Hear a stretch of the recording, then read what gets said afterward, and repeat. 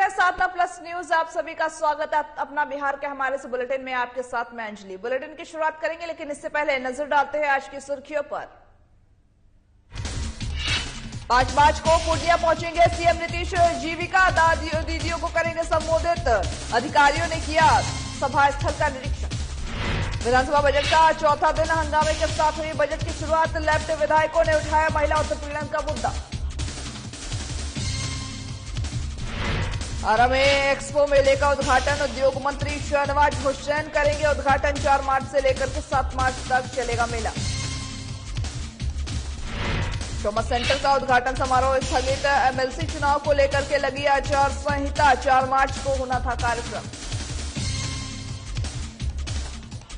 सुपौल में जिला प्रशासन ने छात्राओं की सुरक्षा के लिए उठाया कदम। शैक्षणिक संस्थानों पर लगाई शिकायत पेटी। छात्राओं के साथ हुई बैठक।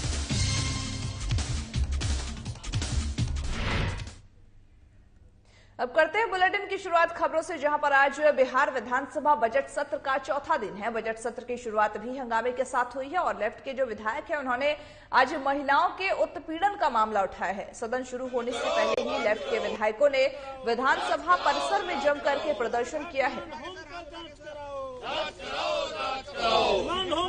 शोषण केंद्र बनाना बंद करो, बंद करो, बंद करो।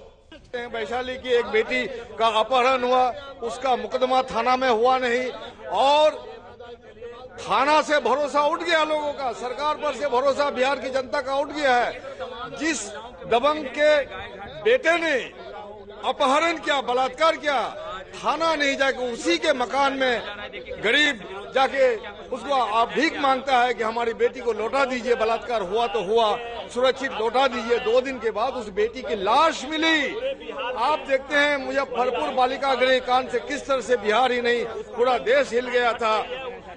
और आज गाय घाट में बालिका गृह कांड में जो बालिकाओं का शोषण होता है, यौन शोषण होता है, उत्पीड़न होता है, उनको फांसी पर चढ़ा दिया जाता है।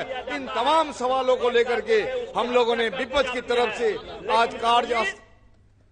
एमएलसी का चुनाव 4 अप्रैल को होना है और उसको लेकर के भोजपुर जिले में भी तैयारियां जोरों शोरों पर है, जहां पर निर्वर्तमान एमएलसी साधारण जो राधाचरण शाह है, उन्होंने ब्यूरो चीफ संजय श्रीवास्तव से खास बातचीत की। आइए आपको सुनाते हैं राधाचरण शाह ने क्या कुछ कहा है। नमस्कार, साधना प्लस न्यूज में आपका स्वागत है। अभी हमारे सामने राधाचरण सेठ जी एमएलसी प्रत्याशी बैठे हुए हैं और चुनाव की भी घोषणा हो चुकी है। अप्रैल माह में ही चुनाव होने हैं। तो बात करते हैं इनसे कि सबसे पहले तो आपका स्वागत है साधना प्लस न्यूज में। ये बताया जाए कि जो आप भ्रमण कर रहे हैं और जो कार्य जो बहुत सारे बाकी भी होंगे, तो इसमें जनता से जो बात हो रही है, तो क्या वो जनता का क्या कहना है? आपको भी चैनल का साधना प्लस न्यूज है, उसको भी हम अपनी तरफ से धन्यवाद देते हैं, नव वर्ष की शुभकामना देते हैं। और हम लोग का चुनाव का घोषणा हो गया, पहले से भी हम लगे हैं भोजपुर और बक्सर में, दिन रात जनप्रतिनिधि के संपर्क कर रहे हैं। अच्छा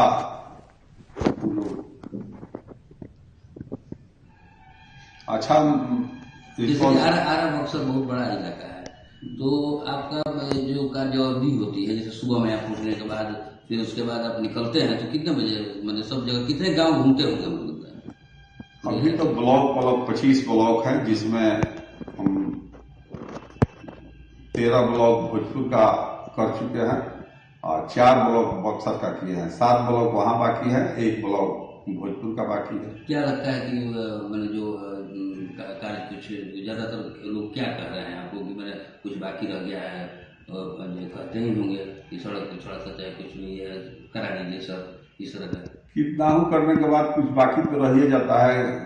गांव पंचायत में जाते हैं तो कुछ ना कुछ लोगों को गिरबान से रहबे करता है। आश्वासन भी हम लोग देते हैं, आश्वासन देते हैं, उसको जरूर पूरा करते हैं। 6 साल हमारा जो कार्यकाल रहा, पूरे भोजपुर और बक्सर का जनप्रतिनिधि देखे हैं हमारे कार्यकाल का।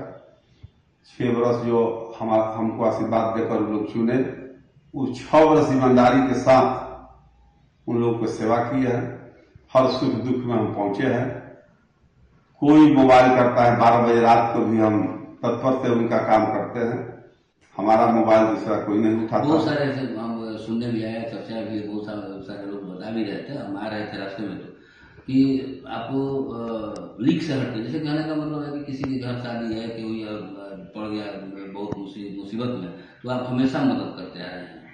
तो जरा ये भी बताने के बाद, हमारे यहाँ कोई धनिक और गरीब चाहे कोई हो, हम एक समान अपने जैसा जानते हैं। लीक से हटके, जैसे कहने का मतलब है कि किसी के घर शादी है, कि कोई पड़ गया बहुत मुसीबत में, तो आप हमेशा मदद करते आ रहे हैं।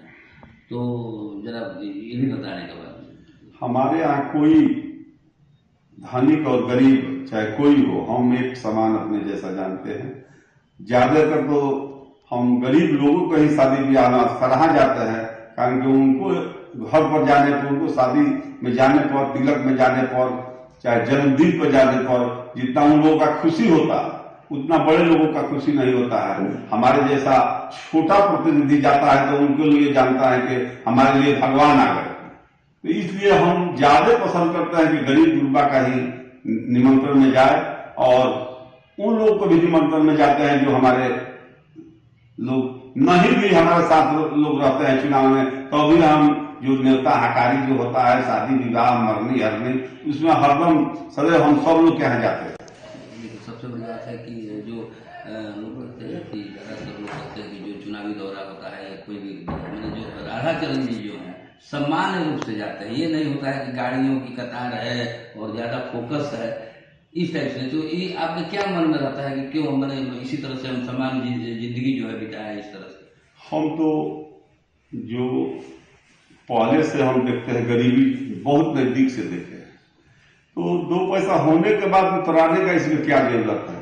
पैसा या धन दौलत तो अस्थायी रहने वाला नहीं है। अस्थायी तो वही रहेगा कि जिसके साथ हम अच्छा व्यवहार किए, जिसके साथ क्या हम सलूक किए, वही अस्थायी रहेगा। हमारे मन में है कि मैंने पब्लिक का, जनप्रतिनिधि का हम सेवा करें निस्वार्थ, नहीं कोई स्वार्थ, वोट का स्वार्थ। ये हम तो 6 बरस का बराबर हम लगातार लगे रहते हैं अपने क्षेत्र में। बक्सर 120 किलोमीटर लंबा क्षेत्र है, लेकिन तब भी कोई भी बुलाता है हम बराबर जाते हैं। ये नहीं कि आज चुनाव है इसी में गए, जो भी बराबर चुनाव रहे या न रहे, लेकिन जो भी अपने लोग बुलाते हैं बराबर जाते हैं। सब लोग को दुख सुख में भाग रहते हैं साथ में। सबसे बड़ी बात यह है कि दुख सुख के भाग में भी रहते हैं और जो भी बुलाते हैं ये जाते हैं। तो अब चुनाव नजदीक है और जनता जो है अब अपना मूड बना चुकी है और जितना भ्रमण हो रहा है, क्योंकि विरोधी भी लोग खड़े हैं, लेकिन सबसे बड़ी बात है कि जनता ज्यादातर जो झुकाव भी देखा जा रहा है। अगर कहीं चर्चाएं भी हो रही है तो राधाचरण शाह जी की, सेठ जी की चर्चा हो भी रही है। सादा प्लस न्यूज के लिए आरा से संजय श्रीवास्तव। समाज सुधार यात्रा के दौरान ही 5 मार्च को मुख्यमंत्री नीतीश कुमार पूर्णिया पहुंचेंगे और साथ ही रंगभूमि मैदान में पूर्णिया प्रमंडल के 4 जिलों से आए हुए जीविका दीदियों को संबोधित करेंगे, जिसकी तैयारी को लेकर के प्रमंडलीय आयुक्त, आईजीडीएम और एसपी समेत अन्य बड़े पदाधिकारी सभा स्थल का लगातार निरीक्षण कर रहे हैं। वहीं साथ ही सभा स्थल पर भव्य मंच भी बनाए जा रहे हैं। साथ ही साथ जीविका दीदी और अन्य लोगों के बैठने के लिए पंडाल का भी निर्माण किया जा रहा है। इसके अलावा ही जीविका दीदियों द्वारा लगाए जाने वाले प्रदर्शनी के लिए भी स्टॉल का निर्माण किया जा रहा है।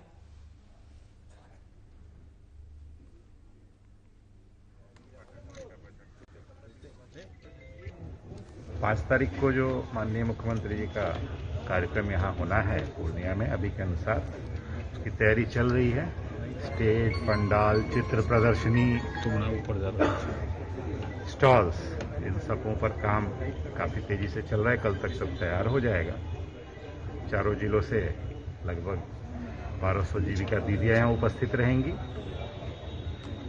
समाज सुधार यात्रा के दौरान आगामी 5 मार्च को मुख्यमंत्री पूर्णिया आ रहे हैं, जिसको लेकर प्रशासनिक तौर पर सभी तैयारियां पूरी कर ली गई है। जहां बता दें कि एक भव्य मंच बनाया गया है। मंच के जस्ट सामने एक पंडाल है। पंडाल में 1200 जीविका दीदियों को बैठने के लिए व्यवस्थाएं की गई है। वहीं जीविका दीदियों के द्वारा बनाए अपनी प्रोडक्ट का प्रदर्शनी किया जाएगा, जो उनके द्वारा बनाया जा रहा है, उसके लिए स्टॉल बनाए गए हैं। वहीं इस दौरान अभी देखा गया कि जिला के प्रमंडलीय आयुक्त, पूर्णिया डिवीजन के आईजी, डीएम समेत सभी बड़े पदाधिकारी घंटों से इस मैदान का निरीक्षण कर रहे थे कि मुख्यमंत्री के यात्रा के दौरान जब मुख्यमंत्री संबोधन करेंगे तो किसी भी प्रकार का कोई अचूक न हो, इसको लेकर लगातार सभी पदाधिकारी रंगभूमि मैदान का निरीक्षण कर रहे हैं। मैं प्रवीण भदौरिया, पूर्णिया। विधानसभा में यूक्रेन में पढ़ रहे बिहार के छात्रों का भी अब मुद्दा उठा है। जब इस बात पर चर्चा होने लगी तो फिर मुख्यमंत्री नीतीश कुमार ने भी अपनी बात रखी है। नीतीश कुमार ने कहा कि यूक्रेन में इतनी तादाद में भारत के छात्र मेडिकल पढ़ने जा रहे हैं, इस बात की जानकारी अब सामने आई है। लेकिन यह भी सच है कि मेडिकल और इस तरह की पढ़ाई को लेकर के जो भी स्ट्रक्चर तय होता है वह केंद्र सरकार की तरफ से तय किया जाता है। सीएम नीतीश ने आगे कहा कि यह बात भी सामने आई है कि यूक्रेन में देश से सस्ती मेडिकल की पढ़ाई होती है। अगर ऐसा है तो फिर केंद्र सरकार इसे देखना चाहिए।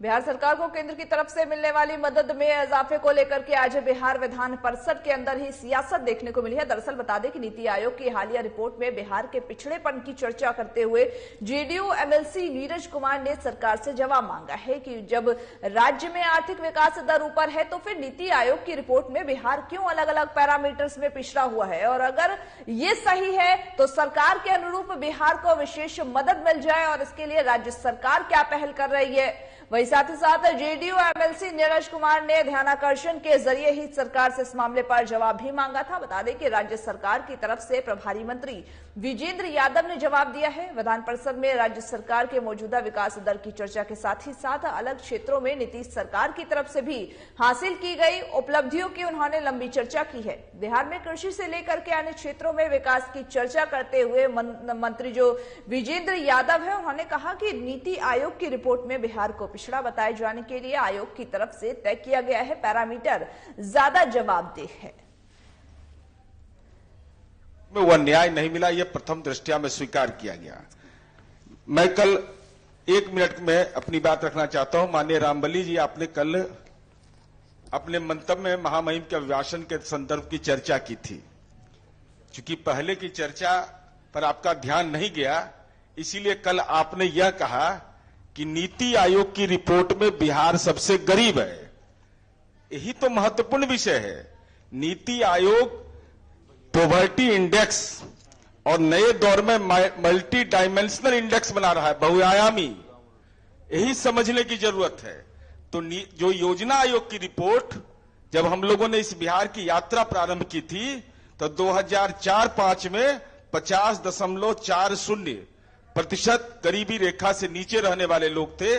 जब हम लोग को काम करने का मौका मिला एनडीए की सरकार को तो 2011-12 में 33.74 हो गया।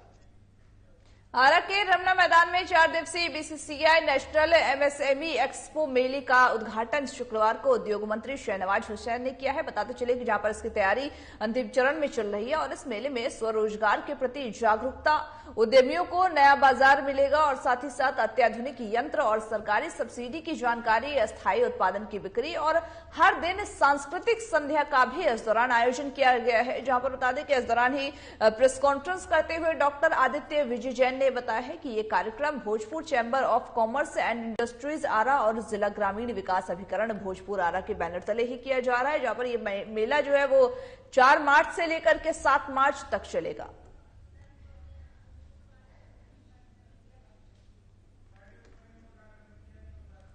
जहां बता दें कि इसका उद्घाटन होना है, इसको लेकर के, और ये जो मेला है उसको लेकर के तैयारियां भी पूरी कर ली गई है। वहीं ऐसे में इस मेले का उद्घाटन किया जाना है, जिसके मेले का उद्घाटन 4 मार्च से शुरू होगा मेला और फिर 7 मार्च तक चलेगा।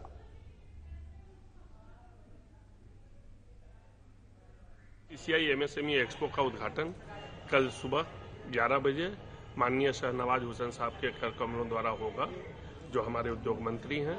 और यहाँ स्वरोजगार पर आधारित मशीनों को मंगाया गया है और जो स्वरोजगारी हैं, उद्यमी हैं, उनके वो लोग अपने प्रोडक्ट्स को यहाँ शोकेस करेंगे ताकि उन्हें नया बाजार मिले और नए उद्यमियों को प्रोत्साहन मिले। जो छात्र छात्रा बेरोजगारी के दुख को झेल रहे हैं उन्हें नए रोजगार की संभावनाएं मिले, इस उद्देश्य से इस एक्सपो का आयोजन किया जा रहा है। आरा के मदन हाता निवासी हेमंत त्रिपाठी, जिनका यूक्रेन में मेडिसिन का व्यवसाय है, 32 साल से हेमंत त्रिपाठी मोबाइल से ही कई लोगों की मदद कर रहे हैं। जब ब्यूरो चीफ संजय श्रीवास्तव उनके घर पहुंचे तो वो टीवी पर यूक्रेन की तबाही की खबर देखते हुए मिले। इस दौरान ही उनसे कुछ खास बातचीत की गई है। क्या कुछ की गई है, आइए आपको दिखाते हैं। न्यूज में अभी हम हेमंत त्रिपाठी जी के यहाँ आए हैं, जो यूक्रेन में 30 बरस लगभग होता है, 32 बरस ये रह के और आरा आए हुए हैं। आप किस पर्पज से आरा में आए हुए थे? मेरी माँ का देहांत हो गया था मई में 2021 में कोविड से, तो उनका बरखी होता है हम लोग के यहाँ एक, उसमें आए हुए थे हम जनवरी में, और उसके बाद लड़ाई शुरू हो गया, वहाँ जा नहीं पाए। देखिए, जिस तरह से लड़ाई शुरू हुआ है वहाँ पे, तो क्या आप मानते हैं यूक्रेन में बहुत सारे लोग भारतीय भी फंसे हुए हैं, जिसमें हमारे आरा के बहुत सारे लोग हैं, तो क्या ऐसे लोगों का आपसे संवाद हो रहा है? अगर कुछ हेल्प कर रहे हो तो उनके बारे में बताएं। आरा के भी लोग हैं, पूरे हिंदुस्तान से लोग, मेरे पास फोन आ रहा है रोज, कुछ कानपुर से आया है, लखनऊ से आया है, बाकी जो यूट्यूब पे वगैरह पे हम देख के मदद कर रहे हैं लोग, जो मदद हो सकता है जगह पे बैठवाया रहा है। मैंने जहाँ से लड़ाई चल रहा है वहाँ से हटा के सब जगह बैठाया जा रहा है। क्या लगता है कि जैसे जो ये हमले हो रहे हैं, इसमें क्या बहुत सारी चर्चाएं ऐसी भी आ रही थी कि अगर नरेंद्र मोदी चाहते तो ये युद्ध नहीं हो सकता था, लेकिन उन्होंने मैंने उतना जितना करना चाहिए, बातचीत करना चाहिए, वो नहीं करवा पाए हैं। क्या मानते हैं? देखिए, नरेंद्र मोदी के चाहने से युद्ध नहीं, ऐसा नहीं होता था कि युद्ध नहीं हो सकता था, युद्ध होता, इसलिए कि अपना दोनों का कॉन्फ्लिक्ट ऑफ इंटरेस्ट है। पुतिन चाहते हैं कि यूक्रेन हमारे अंडर में रहे, यूक्रेन चाहता है कि हम यूरोप के साथ रहें। नरेंद्र मोदी जी से जो रिक्वेस्ट किया, वो जो एम्बेसडर था वहाँ से ईगर पलीखा यूक्रेन का, कि नरेंद्र मोदी जी इंटरवेन करें, कि कुछ माने जो आम आदमी पर जो हमला हो रहा है उस पर हो रहा है, तो नरेंद्र मोदी जी ने एक शब्द भी नहीं कहा। उनको बोलना चाहिए था, अरे ठीक है, दोस्ती सोवियत यूनियन से है, हर आदमी जानता है, हम लोग भी जानते हैं, लेकिन इसका मतलब ये नहीं ना है कि किसी के घर पे उठ के आप बम मारना शुरू कर दीजिए। तो इनको करना चाहिए था, इनके अवॉइड करने से ही इंडियन स्टूडेंट्स को, उसके बाद देखिएगा 50 वीडियो होगा, मारपीट हो रहा है, मारा जा रहा है। इवन वो लड़का जो कल मरा है, इसी रशियन उसको मरा है सब, कि भारत सरकार को अट्रैक्ट करने के लिए। अगर नरेंद्र मोदी जी अभी भी चाहते हैं, एम्बेसडर, यूक्रेन के एम्बेसडर पर प्रेशर बनाएं, इसलिए कि जब स्टूडेंट भेजने में उन लोगों का कमीशन होता है, तो $15 मिलियन हर साल कमाता है यूक्रेनियन एम्बेसी स्टूडेंट के साथ। मुंगेर में नेशनल जर्नलिस्ट एसोसिएशन द्वारा सिटी क्रिटिकल हॉस्पिटल परिसर में जिला अध्यक्ष ललन राज की अध्यक्षता में एक दिवसीय बैठक का आयोजन किया गया, जिसमें कि विचार विमर्श कर सर्वसम्मति से सिटी क्रिटिकल हॉस्पिटल के निर्देशक पवन कुमार को प्रदेश संरक्षक मनोनीत किया गया है। जहां पर बैठक में नेशनल जर्नलिस्ट एसोसिएशन के विधि जो सलाहकार सह अधिवक्ता अनिल भूषण और प्रदेश अध्यक्ष अबोध ठाकुर समेत जिला महासचिव रंजीत ठाकुर भी इस दौरान मौजूद रहे। बैठक का संचालन सिटी क्रिटिकल हॉस्पिटल के प्रबंधक बीके शर्मा के द्वारा किया गया था।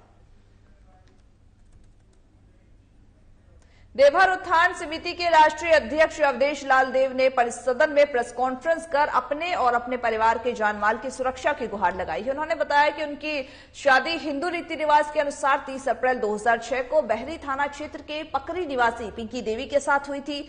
आरोप ये है कि उनकी पत्नी का संपर्क माओवादी संगठन के एक पूर्व एरिया कमांडर मनोज लाल देव के साथ हो गया है, जिससे के बाद से उनकी जो पत्नी और मनोज लाल लगातार उन्हें जान से मारने की धमकी दे रहे हैं, जिसकी शिकायत पुलिस महकमे के वरीय अधिकारियों तक भी की गई है, लेकिन किसी ने इस मामले में कोई भी कार्रवाई नहीं की है।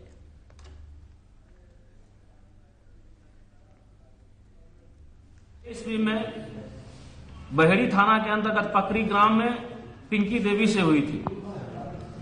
शादी के बाद ही कुछ दिनों के बाद मेरी पत्नी मनोज लाल देव, जो पूर्व एरिया कमांडर माओवादी संगठन का रह चुका है, उससे प्रभावित होकर के मेरे और मेरे परिवार के साथ झगड़ा झंझट मारपीट तंग तवा आए दिन करने लगे। मेरे और मेरे परिवार के ऊपर एक FIR दर्ज करवा दिया, झूठा मुकदमा, जो बाद में जाकर के कंप्रोमाइज भी किया। ये FIR का कॉपी है, पूरे परिवार को नाम इसमें नामजद कर दिए थे।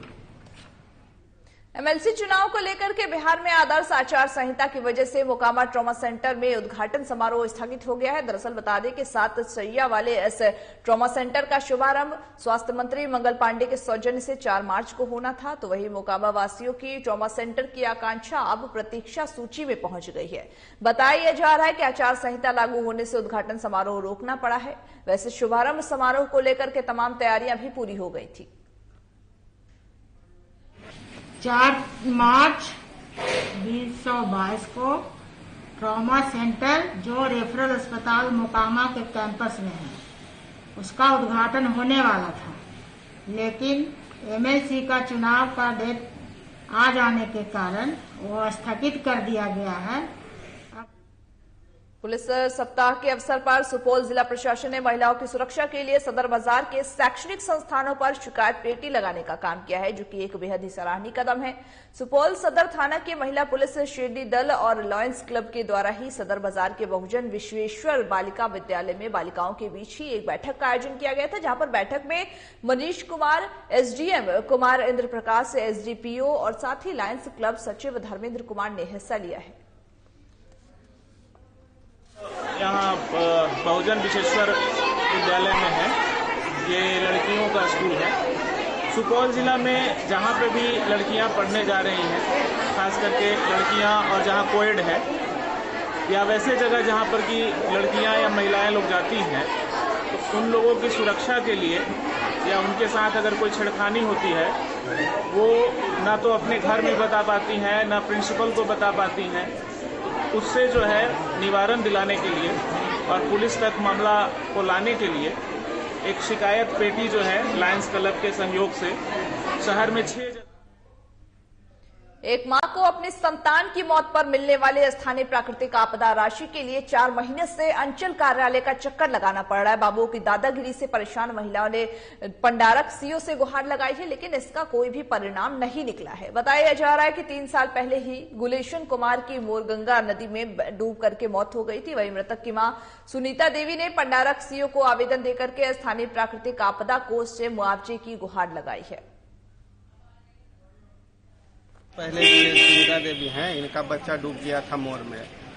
गोलू कुमार और गुलशन कुमार दोनों साथ में डूबे थे, जिसमें गोलू कुमार को मोकामा ब्लॉक में पैसा मिल गया और गुलशन कुमार जो तांड़ा पर कोंदी पंचायत का रहने वाले हैं, पंडारक ब्लॉक के अंतर्गत आते हैं, उनका पैसा पंडारक ब्लॉक से ही मिलना था, जो 4 महीना मतलब 31/12 को इसका अलॉटमेंट हो चुका है पटना से पैसा, और यहाँ 4 महीना से घुमा रहा है। और अगर कोई कर्मचारी से पूछते हैं तो वो सीधे रूसी हमले से बचकर यूक्रेन में लौटा मेडिकल का छात्र मोहम्मद जैद रात अपने घर बिलासपुर पहुंचा है। उसे सही सलामत देख करके परिजन फूले नहीं समा रहे। सुबह होते ही उसकी सलामती की दुआ करने वाले पड़ोसी और साथ ही ग्रामीणों की भीड़ उसके घर के सामने जुट गई। और मोहम्मद जैद ने बताया है कि पश्चिमी यूक्रेन के इवानो प्रिमियर्स के नेशनल मेडिकल यूनिवर्सिटी के फर्स्ट ईयर का वो छात्र है। वही अब सही सलामत वो घर लौट चुका है। इवानो फ्रैंकिस शहर में मेडिसिन की पढ़ाई करता था, इवानो फ्रैंकिस नेशनल मेडिकल यूनिवर्सिटी में। हमारी क्लासेस ऑफलाइन चल रही थी, नॉर्मली जैसे चलती है, और वार्ड से एक दिन पहले हमारी क्लासेस ऑनलाइन हुई थी और हम घर आने के लिए हम लोग टिकट देख रहे थे कि अब ऑनलाइन क्लास हो गई तो अब घर जाना है। लेकिन टिकट की प्राइस ज्यादा होने की वजह से हम 1-2 हफ्ते के आगे की टिकट देख रहे थे, जो कि तकरीबन 80,000 से 1 लाख के आसपास थी। तो अचानक से वॉर स्टार्ट हो गया। किस तारीख की बात है जब आप टिकट देख रहे थे? ये किस तारीख की बात है? ये तारीख हो गया आपको 22 फरवरी की, 22-23 की फरवरी की बात थी ये। और तब युद्ध स्टार्ट नहीं हुआ था या हो गया था? युद्ध स्टार्ट नहीं हुआ था। बच्चा आ चुका है, मैं बहुत खुश हूँ जब मेरा बेटा ये आ गया। अब बहुत खुशी की बात है, जो घबराहट थी खत्म हो चुकी है। अब घर में खुशी का माहौल है, मोहल्ले में खुशी का माहौल है। मोहल्ले को लोग आ करके धन्यवाद दे रहे हैं। सरकार की भी तारीफें हो रही है कि बच्चे को सही समय पर निकाल लिया गया है, और बाकी जो बच्चे बचे हुए हैं उसको भी लाने की जो भारत सरकार की कोशिश है बहुत ज्यादा है। इसलिए दिल से धन्यवाद है भारत सरकार को। बहुत खुश है हम बेटा को देख करके, बहुत परेशान थे हम भी। ऐसे सब आ जाए, सबका बच्चा जितना बच्चा सब फंसा हुआ है, अल्लाह सबको अपने घर पहुंचा दे, अपने माँ बाप से मिला दे। देख करके बहुत खुशी हुई, आ गया तो अपने घर को। चिंता क्या सदा? जिले के परवलपुर थाना क्षेत्र के ओढ़ा बिघा गांव निवासी सीआरपीएफ जवान आनंदलाल का तिरंगा में लिपटा हुआ शव उनके पैतृक घर पहुंचा है, जिसके बाद से परिवार और ग्रामीणों में कोहराम मचा है। साथ ही परिजनों की चीख पुकार गांव में गूंजने लगी है।